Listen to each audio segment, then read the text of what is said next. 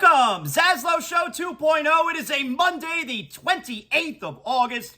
Good to have you aboard. Presented as always by Anidjar and Levine, accident attorneys. 800-747-FREE. That's 800-747-3733. If you've been involved in any kind of an accident, I take you where you're going to be treated like family, just like I was treated at the very start of ZASLOW Show 2.0. Anidjar and Levine right behind us from the get-go. Title sponsor of everything ZASLOW Show 2.0. And they'll get you the money that you deserve if you're dealing with a personal injury. Anidjar and Levine, accident attorneys, 800-747-FREE. That's 800-747-3733. Excited to have you aboard here as we begin another week of ZASLOW Show 2.0. I appreciate you guys hanging out with us. Make sure you tell your friends. Make sure you tell your family. Tell your mother I say hello. Also, gotta like, rate, and comment on wherever you're listening to this show.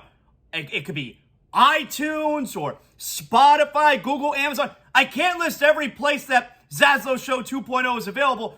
We'll be sitting here forever as I list all the places. But wherever you are listening, make sure you like, you rate, you comment, you do all that good stuff. That's great for the algorithm. I don't understand how the algorithm works, but I know that's good for me. It helps me get all the monies. So make sure you do all of that. Appreciate everybody who hung out with us on ESPN Radio this weekend. We did 3 days. We did Friday afternoon, did afternoon drive, filled in for Canty and Carlin on ESPN Radio.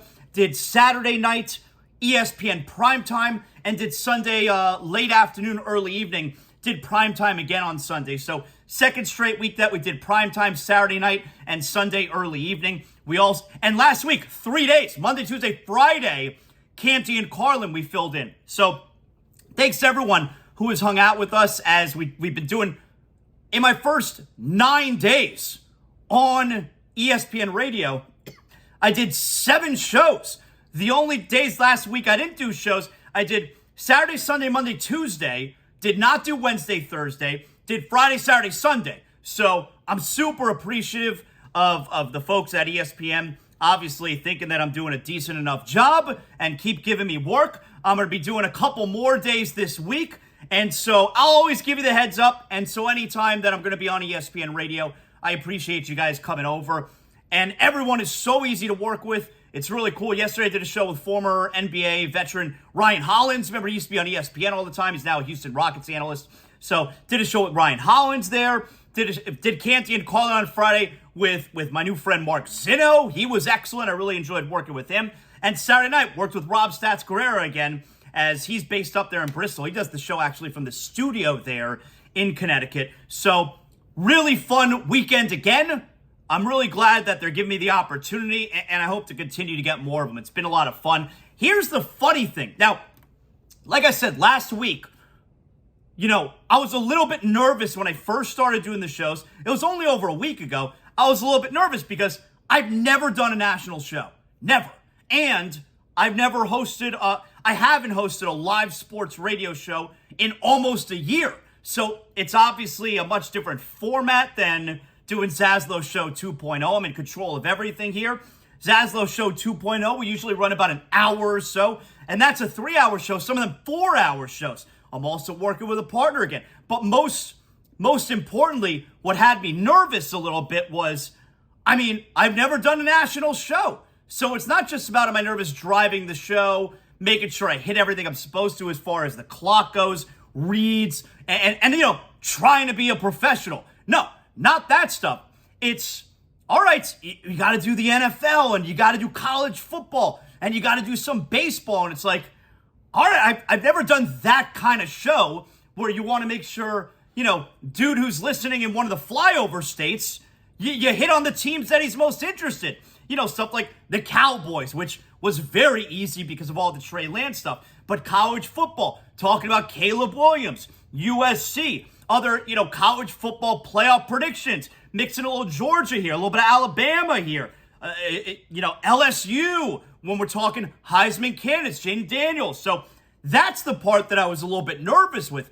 And the reality of it is, took me just a few days, and I'm in the saddle, I am right now.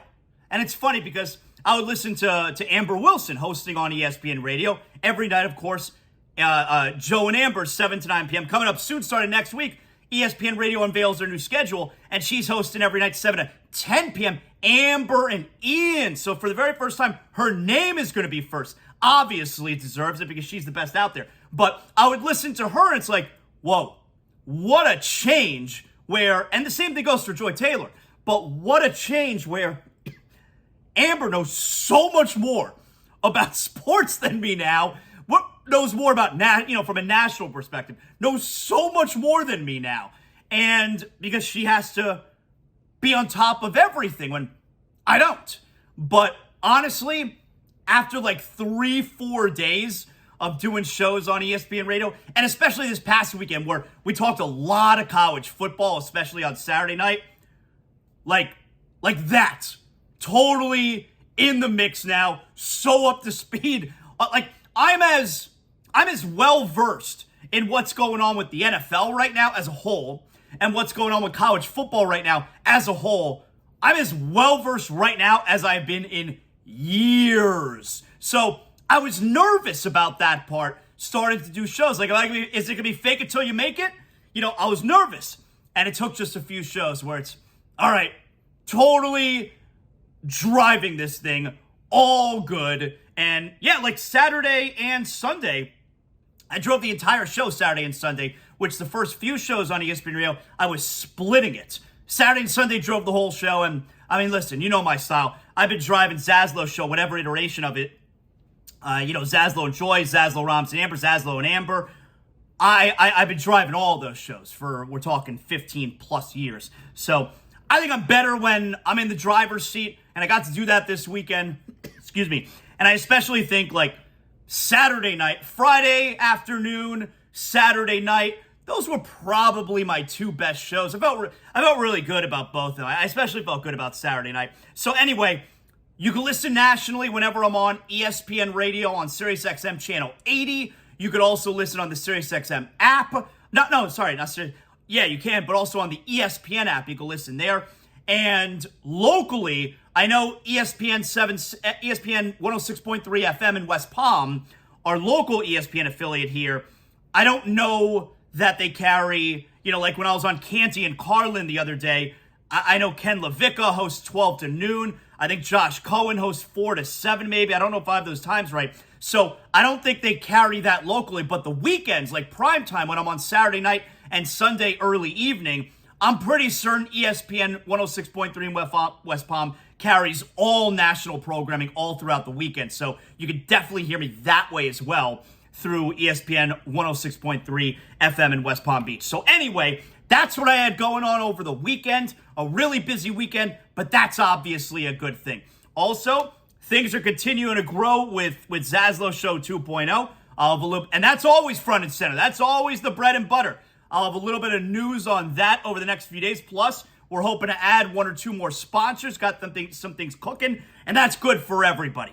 All right, so speaking of sponsors, I do want to mention it's the beginning of the week, and maybe you're going to want to say, hey, ZASLOW, Mondays kind of suck. How can I kick back and relax? Maybe you want to sit around and watch Monday Night Raw tonight.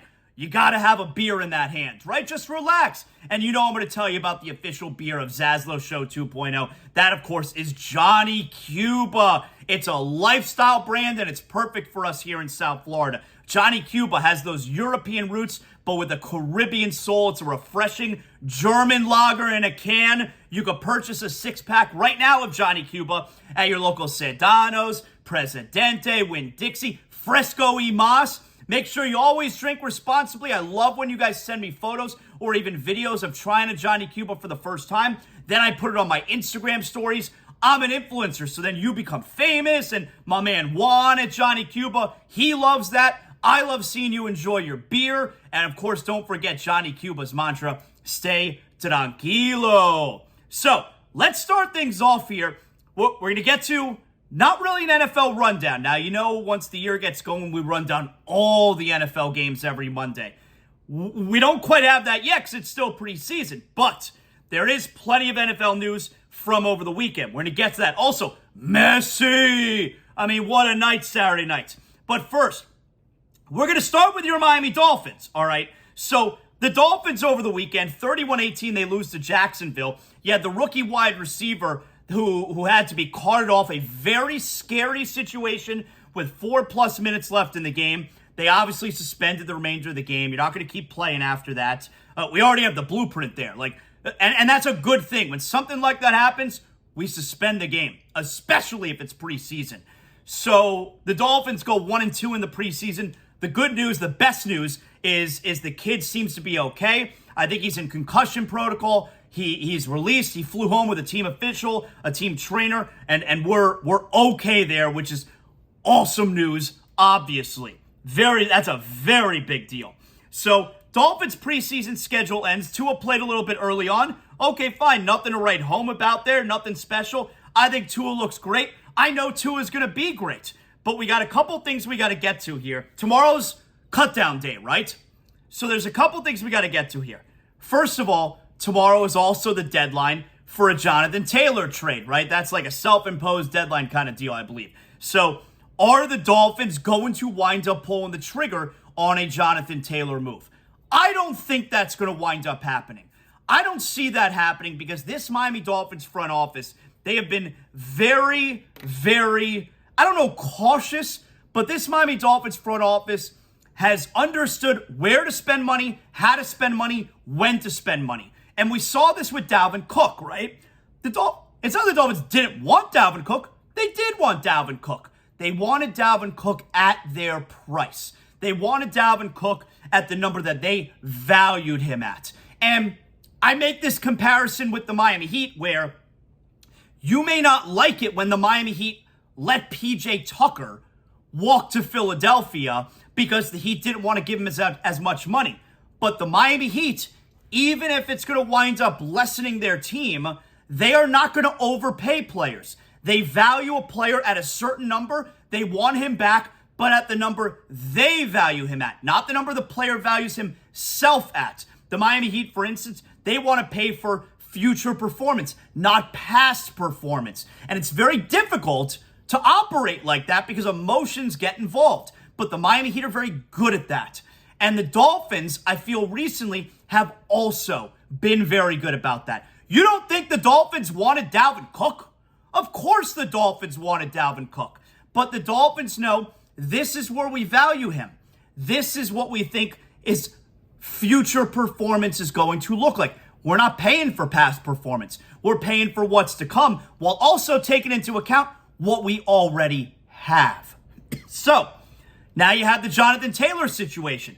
Now, this is different from the Dalvin Cook situation in the sense of not only do you have to come to an agreement with Jonathan Taylor on finances, but you also have to come to an agreement with the Indianapolis Colts on compensation. So you got to appease both parties in this situation, which makes the Dolphins, who are being responsible, it makes things even more difficult to acquire a player like that. So if a team wants to be irresponsible and just go out and get the player, do whatever it takes to get him, all right, then you could appease both parties. But when you're being responsible, it's hard enough to appease one side, let alone two. It's like, if you gamble, and gambling is so good, you should definitely gamble on NFL games. But when you want to play a parlay, for me, it's like, I have a hard enough time winning one bet. You want me to play a parlay? I got to win two bets now? That's like what's going on here with Jonathan Taylor. You got to come to an agreement with the running back, and you also have to come to an agreement with the team. You got to do both, and that's really difficult. So that's the situation the Dolphins find themselves in there, and it's why I don't believe that you're going to wind up coming up with a deal for Jonathan Taylor before tomorrow. Now, I do think the fact that the Dolphins have had conversations with the Colts, I feel like that means they've probably come to an agreement on parameters with the deal with Jonathan Taylor. And don't take for granted Jonathan Taylor is represented by Miami-based and Dolphin fan. His agent is Malky Kawa, who, like I told you last week, he also represents my guy Yuli Diaz, MMA fighter, also his wife, also friendly with WWE superstar Dana Brooke, who is killing it on NXT these days. He's a Miami-based guy. So he represents Jonathan Taylor, and I think that probably helps when it comes to negotiating, because not that he's going to do his client wrong, but he's going to tell his client, this is a good spot for you. And he wants to see his client, most likely, play for the Miami Dolphins. I don't think it's a good use of time to be negotiating with the Colts about compensation if you don't believe you have the parameters of a deal in place with the running back. But the Colts, they're probably going to wind up being hard-headed for a couple of reasons. Number one, they value Jonathan Taylor. He is a great running back, and they're not going to just give him away. And the second part is, having Jonathan Taylor on your team only helps Anthony Richardson's development. Now I know Zach Moss and they got the other running back, but Jonathan Taylor is he's the best top 2, at worst top 3 running back in the entire NFL. And that will help a very young and raw Jonathan Taylor come along here. So the Colts they're not going to drive a bargain. It's going to be very difficult to come up with a deal with the Colts. Now, I got to push back a little bit on the whole, the Colts don't value him enough to keep him, but they're going to make you pay in draft compensation what they don't value him as. I think that's bullshit, because I don't think that's true. Yes, they don't want to pay him what they are valuing him at in trade compensation, but that doesn't mean that they don't think he's a great player. You can have a great player at a position that you don't value, you as a team don't value, and still want to get back what is comparable to his level of talent. Like, his level of talent is all the way up here, but maybe you feel you can get along at that position without him. Or maybe you're just cheap and you don't want to pay him. So that doesn't mean that that's what every other team would value him at. If you're a cheap franchise or you don't value that position, okay, that's one thing. That doesn't mean that everyone else feels that way. That doesn't mean that his value as a player takes a dip just because you're a cheap owner. Now, I'm not saying Jim Irsay is a cheap owner. I'm just using that as an example. Because when people are saying it's weird that the Colts, they don't value him enough to pay him, but they want you to give them in compensation what they're telling you he's not worth. I don't believe that to be the case at all. He can be worth that in draft compensation, even if you don't want it. Like, maybe you're up against the cap. I don't know what their cap situation is, but maybe you are so far up against the cap that you decide, you know what, we're not going to be able to afford to pay him what he's worth. Does that now mean that he's not worth that because you can't pay him that because you're up against the salary cap? No, that's stupid. So I've heard that argument made where they don't want to pay him what he's worth, but they want you to give them what they're telling you he's not worth. That's stupid. One has nothing to do with the other. So that's story number one as far as the Dolphins go that we're keeping an eye on leading up to cutdown day tomorrow on Tuesday. Story number two with the Dolphins right now. So Zach Sealer signs an extension over the weekend. Great team-friendly deal. And while Zach Sealer is not Christian Wilkins, he's still really good. And I don't know that he's that far off from Christian Wilkins. And I love Christian Wilkins. He has really established himself this past year, especially really the last 2 years. After his first couple years, it was like, I don't know, is he anything special? Now, he doesn't give you sacks, but he's a great run stopper, and he doesn't necessarily give you a bunch of tackles for loss, but he's a great run stopper. And when you have a big D tackle who is taking up that space on the line, that only opens things up for the linebackers to get into those gaps and either make plays on the running back or even come in and get sacks. So even if it doesn't show up statistically for Christian Wilkins, he's doing things out there that are super valuable. So it's important to remember that. But Zach Sealer gets the contract extension this weekend after the Dolphins apparently are at an impasse with Christian Wilkins. Does one have to do with the other? Well, the Dolphins will tell you that it doesn't.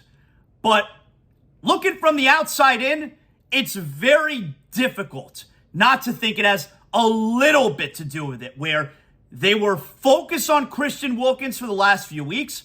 They have not been able to come up with a deal. They are seemingly at an impasse, and they decide to pivot and make sure that they have Zach Sealer under control for the next few years, just in case things don't work right with Christian Wilkins, and not let him walk. They're never going to let him walk. It comes down to either trading him now, like trading him this week, which I wouldn't be stunned if the Dolphins do, because Chris Grier, he seems to be a savvy enough general manager. I wouldn't be stunned if they traded him this week, but I wouldn't expect it to happen, because this team is all about winning right now. And even if Christian Wilkins is not under contract after this season, okay, you're still trying to win right now. And while I know the Dolphins' salary cap situation is iffy next year now because of the Zach Sealer money, you could still tag Christian Wilkins and trade him after this season. And things especially become dicey because imagine this, they just gave Sealer the money, and they're going to bring in Jonathan. If they trade for Jonathan Taylor today and they're giving him a new contract, I would have to imagine Wilkins is gone. Not gone this week that they would trade him, but they'll trade him after the season after they tag him. Because not only would you have given Sealer money, not only would you have given Jonathan Taylor money, but you're going to have to give Tua money after this year as well. So that's whatever happens with Jonathan Taylor, it's important to keep that in perspective as far as Christian Wilkins and what he could potentially earn or potentially cost. Now, I don't believe they'll trade him this week. I wouldn't be stunned. But they're not going to let him leave for nothing. That's for sure. And you have to, at least, no matter what the team tells you about Zach Sealer, you're a fan looking from the outside in, it absolutely plays a factor that you pivot off of Wilkins and now start paying attention to Sealer. Now, I put out a poll question today. ZASLOW Show 2.0 poll question, right? Today's poll question, you can always hit me up on Twitter. I'm not calling it X. You can always hit me up on Twitter at ZASLOW Show. And here's what we got. ZASLOW Show 2.0 poll question. Which side do you believe is causing the holdup in getting a deal done? Because there really shouldn't be a holdup. Which side do you believe is causing the holdup in getting a deal done? Your choices are Christian Wilkins or Dolphins front office. And right now, at 51% of the vote, very tight, at 51% of the vote, most of the ZASLOW Show 2.0 listeners are blaming Christian Wilkins' side in getting things done. And now look, it's very close, but how about that? If you would have put a question like that just 3 years ago, but definitely only 2 years ago, if you would have put a question like that, the results would be overwhelmingly blaming the Dolphins front office. So it's close. It's not like fans aren't blaming the Dolphins front office over this, but the fact that it's that close and in favor of Christian Wilkins being at fault shows you how much equity the Dolphins front office has built up over the last couple years with the Dolphins fan base. It's impressive. And I'll be the first one to tell you, I've done a 180 on the Dolphins front office in Chris Grier. He was the worst a couple years ago. Get the hell out of my city. Don't feel that now.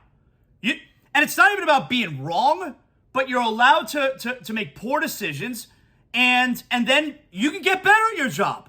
And then you can make great decisions. And that's where I feel that we're at with Chris Grier. Believe it or not, I kind of trust Chris Grier.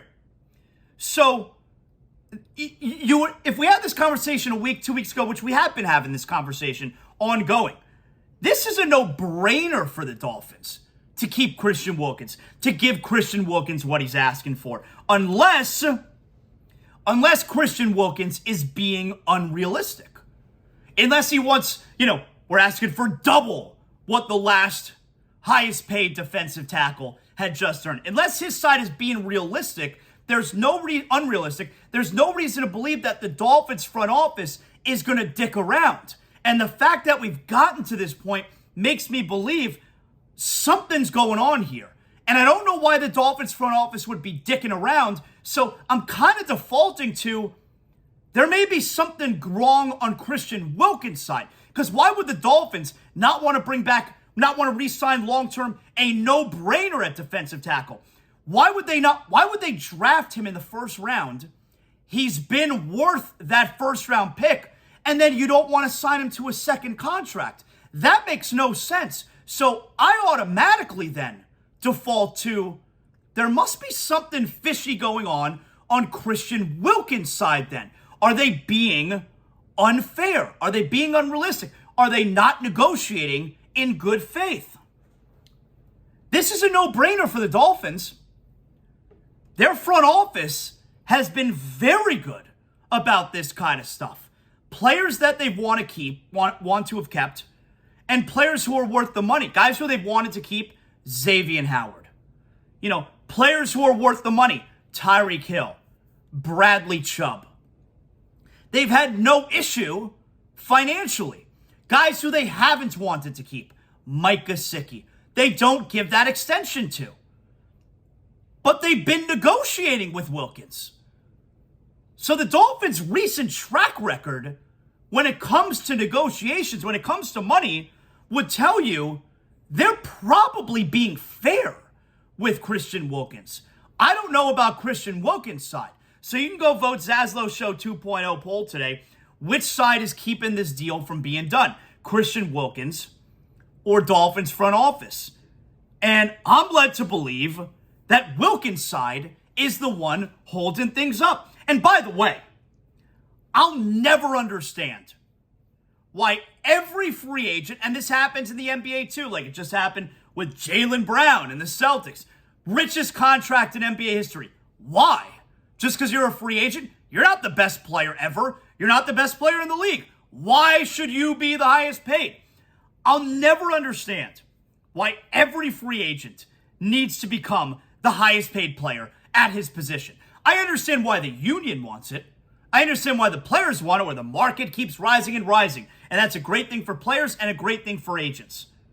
But I'll never understand why anytime you're a free agent, the front office has to make you the highest paid player ever at that position. Are you the best player ever at that position?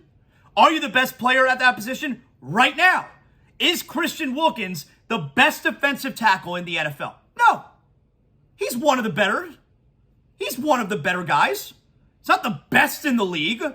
Why should he be paid the highest?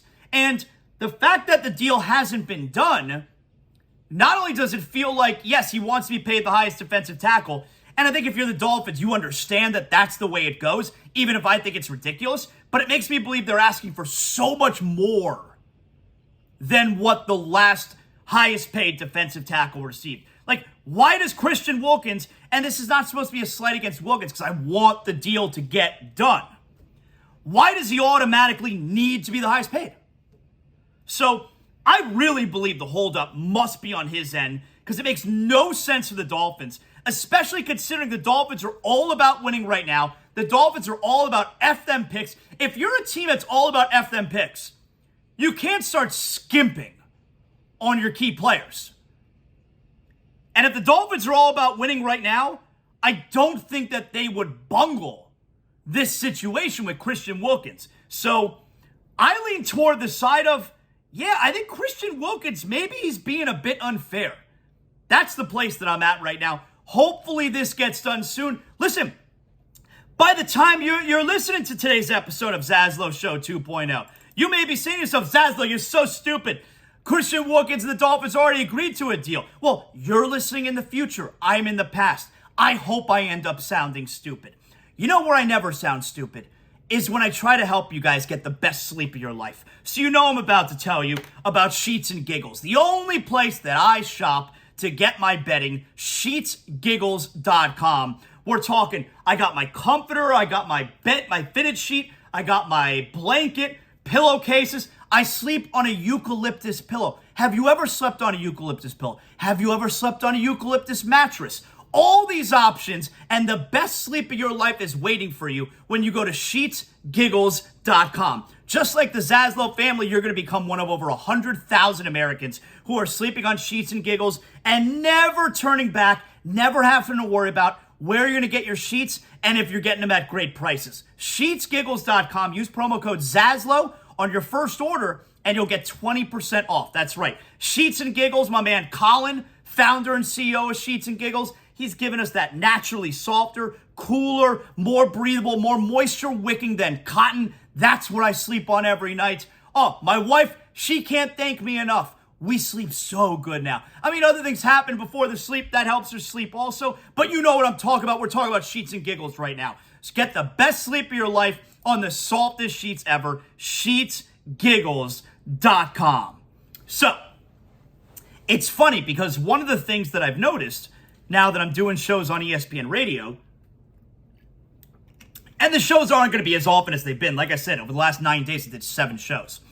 But what has happened recently is I have to remember when it comes to the national stuff, and there's a bunch of NFL stuff for us to get to here, but when it comes to the national stuff, did I talk about that on ZASLOW Show 2.0?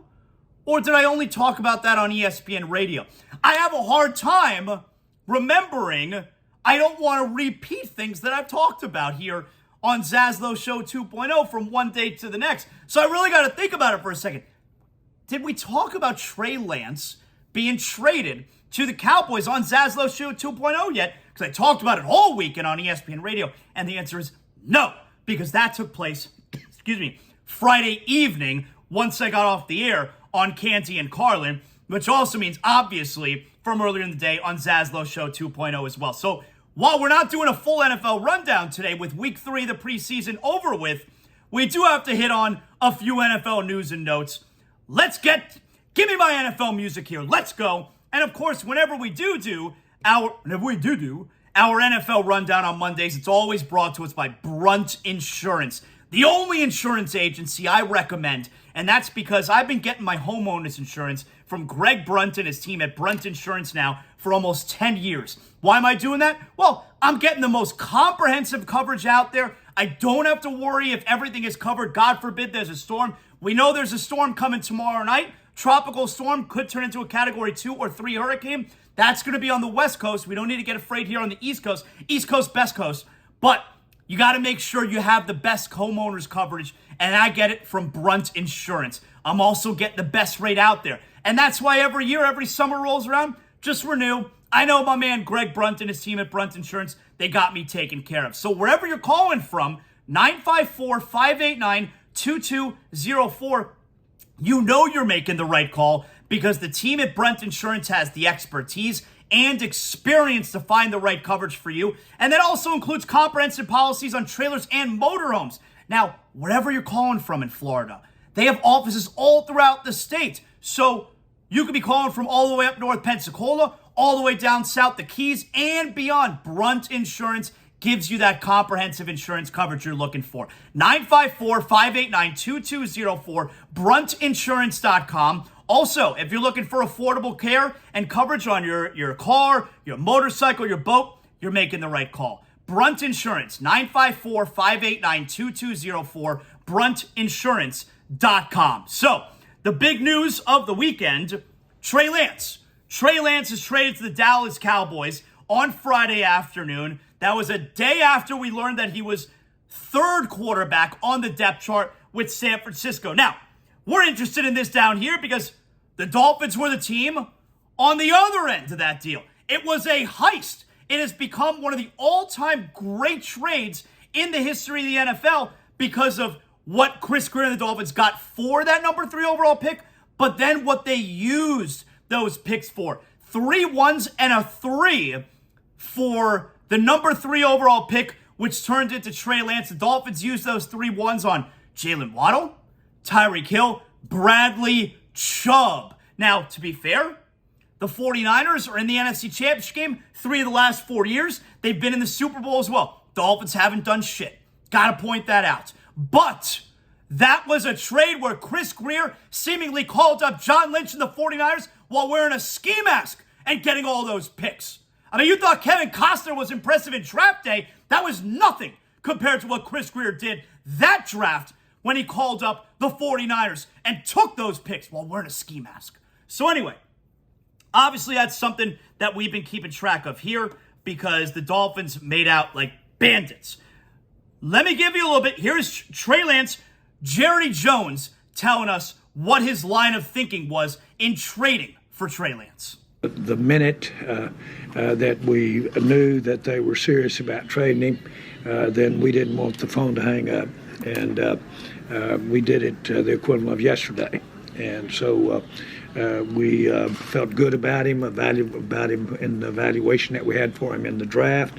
We felt good about what we've seen on tape that he's done since he's been in the NFL. And it was one that we just made the decision almost the minute we heard the name. How can he help you this year? There's a certain packages he can get on the field, things like that? Well, he will come in, and I candidly, as far as I don't want to plan on, count on, or wish for help from him this year. Okay, so that's the Cowboys owner and general manager, Jerry Jones. And I know he says we were on the phone with them right away. We wouldn't let them off the phone. We wanted Trey Lance. They had him as a second-round talent. They gave up a fourth-round pick for him, so that's a good trade. But if they actually have to use Trey Lance, this is a major, major problem for Dallas. So the reason that I think the Cowboys made this trade, this is the perfect kind of trade. This is exactly the type of move that Jerry Jones loves, where it doesn't even matter they're not going to use this guy. Number one, everybody's talking about the Cowboys, and you know he loves that. That is his MO. But number two, he gets to have everybody say, yeah, look at that. They got Trey Lance, a first-round pick, a first-round talent by everyone's accounts going into that draft, even if the Cowboys said they had him ranked as a second-round pick.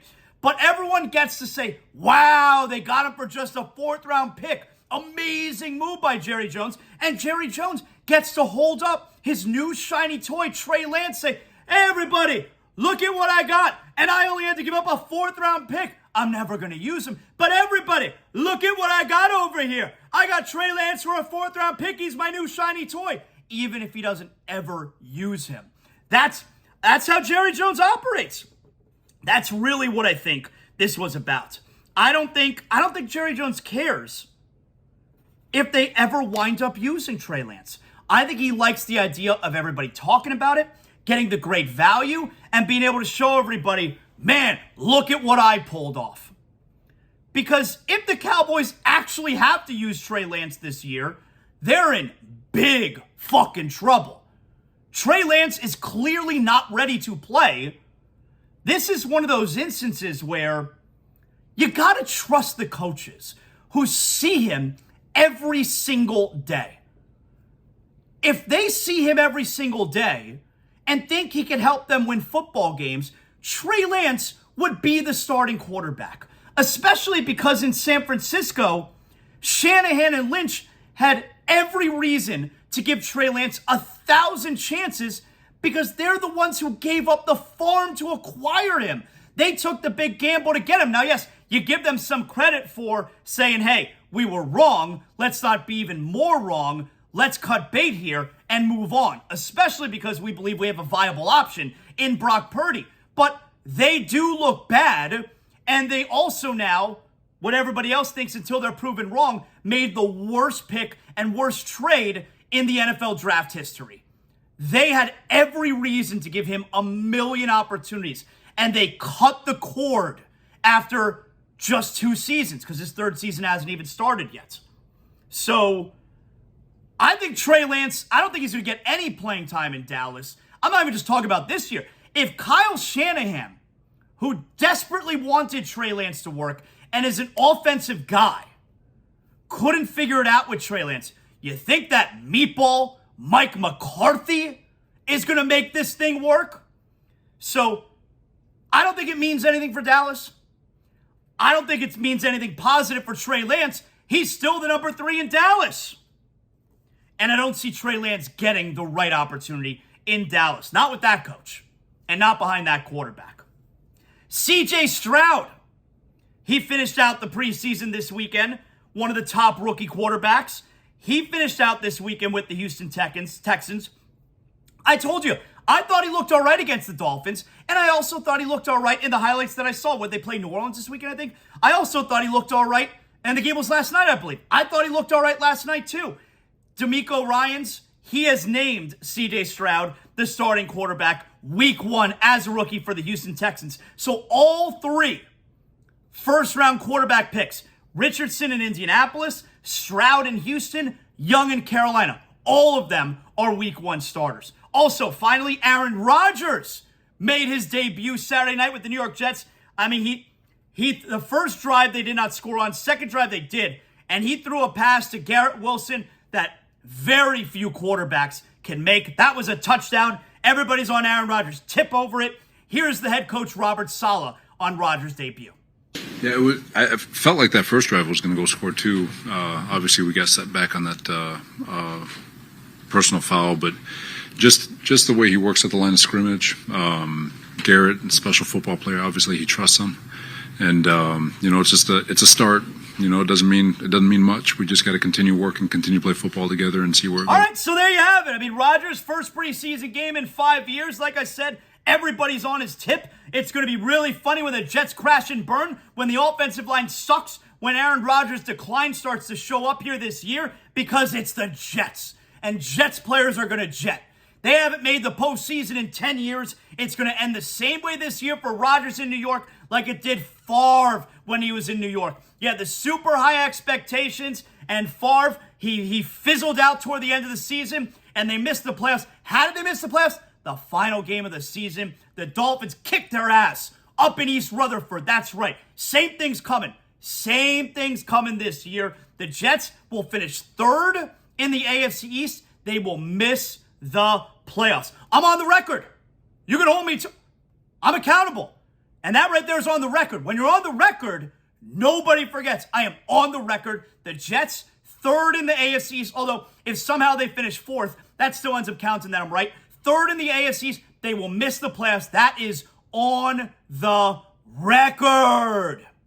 And that right there is a quick little preseason Week 3 NFL rundown, as always brought to us by Brunt Insurance. BruntInsurance.com for all of your insurance needs. Now look, the summer's almost over, guys. If you're thinking about getting a new ride, this is the perfect opportunity, and I send you to the only car dealership I personally endorse, North Fort Lauderdale Subaru. You can't decide where to go? You're lucky. You walk in the showroom doors at North Fort Lauderdale Subaru, you're greeted by a member of their friendly sales team who's going to ask you what you think you're looking for, and they're going to navigate you in the right direction. North Fort Lauderdale Subaru carries the widest inventory of newest Subaru models on the market. That includes the Outback, the Crosstrek, the Forester, the Ascent. Whether you're looking for a spacious Subaru SUV for the family or just a sedan for yourself, North Fort Lauderdale Subaru is sure to have the perfect model for you. You always get more at North Fort Lauderdale Subaru. Guaranteed most money for your trade and lifetime warranty included on all North Fort Lauderdale Subaru vehicles. Shop NFLSubaru.com right now. North Fort Lauderdale Subaru, conveniently located on North Andrews Avenue, just north of Cypress Creek Road. The building you know and the place to go. North Fort Lauderdale Subaru. So, Saturday night, I'm doing prime time. I'm on from 7 to 10 p.m. on Saturday. And I got the Dolphin game going on. And I also got Inter Miami going on. And once Tua left the Dolphin game, I switched out of the Dolphin game and I put Inter Miami on. Now, Inter Miami, it's their first MLS game since Messi joined the team. They had 7 wins in Leagues Cup. They won that championship. And they had one game, which is a semifinal in the U.S. Open Cup last week. And they won that. They're in the final, which is going to be on September 27th against Houston Dynamo in Houston. But Saturday night was their first MLS game. They have 12 remaining. They were at the New York Red Bulls. Because of their schedule, last Wednesday, U.S. Open Cup game, Saturday at New York Red Bulls, and then Wednesday, in 2 days from now, they're at home for Messi's MLS home debut against Nashville SC. So that's 3 games in 8 days. Messi's going to have to rest somewhere. That is a tough schedule. So Messi does not start the game. Neither does Sergei Busquets. Neither does Christian Yedlin. None of them are in the game. And the first thing that I'm thinking of, and we don't know if he's going to play at all, And the first thing I'm thinking, and he's played every minute since the first game against Cruz Azul, where he only played in the second half, played 35 minutes in the second half. And I'm thinking like, man, I know how much those tickets were going for. Matter of fact, I was talking during the commercial breaks on ESPN Primetime to some of the producers who were there. One of them is a New York Red Bulls fan. I think he's a season ticket holder. And he was saying, like, these tickets are going for like $500 to see Messi. And he's not playing. I'd be so pissed off. And you know, though, when Messi's going to get rest, it's going to come on the road. It ain't going to come at home like this Wednesday. Maybe he doesn't play the whole game, but he's playing Wednesday at home. That's for sure. So he's getting the rest on Saturday night at New York Red Bulls. And it sucks for those fans. By the way, ton of Inter Miami fans. Now, when I say Inter Miami fans at the game at New York Red Bulls, those are Messi fans who bought Inter Miami gear. Nonetheless, hop right on this bandwagon. I don't give a fuck. Get on board. Let's go. So Inter Miami is up 1-0 at halftime. And, all right, are we going to see him in the second half? And then Messi starts to warm up right at the start of the second half. And it's, and then at about the 60-minute mark, so Messi is now checking in, along with Sergio Busquets, along with Christian Yedlin. And you know what? That's such a fucking solid move by Messi. Because he knows these people are here to see him. They paid a lot of money to see him. That is such a solid stand-up move. And it's not like they're down 1-0 because they need to win all these games. They're last place in all of MLS. They need to win all these games to get to the postseason. And so it's not like they were down 1-0. Messi needs to get in there and try and lead a comeback. They were up 1-0 when he checked in. But he checks in there because those people are there to see him. His team needs him. They need to win all these games. And there's a bigger picture here. He's trying to help grow MLS in this country. Such a solid move by Messi. So he checks in there, and at about the 86th minute, unbelievable. The pass he makes, this pass he makes off his left foot, I think it was off the outside of the foot. He was in the box. This pass he makes, the direction he got the ball to go, finding Bena Kramaski, who then gets it right back to Messi for an easy chip in front of the net. Messi gets the goal. The pass was so much more impressive than the goal. Inter Miami wins 2-0. Unbelievable. Let me tell you something. Messi, good player. Good player. So Inter Miami wins 2-0. Not in last place anymore now. So now their record overall is 6-3-14. They've only won 6 out of 23 games. But now they have 21 points. 9 teams make the playoffs now this year. The format is a little bit different now, where there's a wild card round and there's a best of 3 the next round. So 9 teams out of the 15 in the Eastern Conference make the playoffs. Inter Miami now no longer in last place. They have 21 points. 9th place Chicago Fire FC is 11 points ahead of them. So Inter Miami is 11 back with 11 games to play. Next up, Wednesday night at home against Nashville SC. So super exciting. And what are we talking about now? 9-0, right? 9-0 and looking to take on Nashville on Wednesday. And that's a Nashville SC team that they already beat, obviously, in the Leagues Cup. They beat them in the final, right? And they're 7th in the East. And that was a very tough game. That was one of the hardest games. Obviously, Dallas FC, when they had to come from a 2-goal deficit. But that game against Nashville SC, they also came back a 2-goal deficit. And this time the game is at Tri-Pig Stadium, where everybody knows. Amazing home field advantage. I don't even know that I'm joking, because those games are sold out now and kind of crazy. I'm looking forward to being there. So there you have it. All right. You guys know what time it is. Let's get to big deal or not a big deal. Big deal or not a big deal. Every show, if you're dealing with water, mold, fire damage in your home, is that a big deal? Maybe it's not a big deal. I don't know. Water Cleanup of Florida will let you know. Water Cleanup of Florida is here for you 24 hours a day, 7 days a week. And my boys, the Greensteins, with over 60 years of combined experience, their team at Water Cleanup of Florida is prepared to handle any size property damage disaster. So when an unexpected damage occurs to your home or your business, you need specialized, fast, and reliable services That's where Water Cleanup of Florida enters the equation. They know the impact and stress any of these disasters may call. Hey, with the storm coming on the West Coast tomorrow night, make sure you take down this number, Water Cleanup of Florida, 954-900-8635. That's 954-900-8635. Let Water Cleanup of Florida tell you if it's a big deal or not a big deal.